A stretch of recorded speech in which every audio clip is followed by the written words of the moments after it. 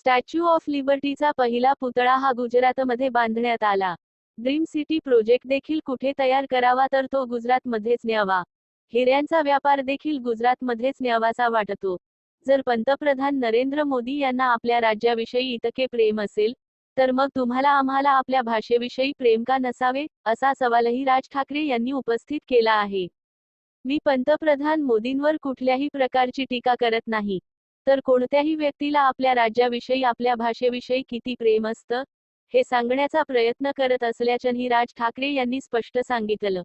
मराठी हीच आपली ओळख आहे आणि आपण तीच ओळख पुसून टाकण्याचा प्रयत्न करतोय. प्रत्येक राज्य, प्रत्येक देश आपापली भाषा जपत असतो.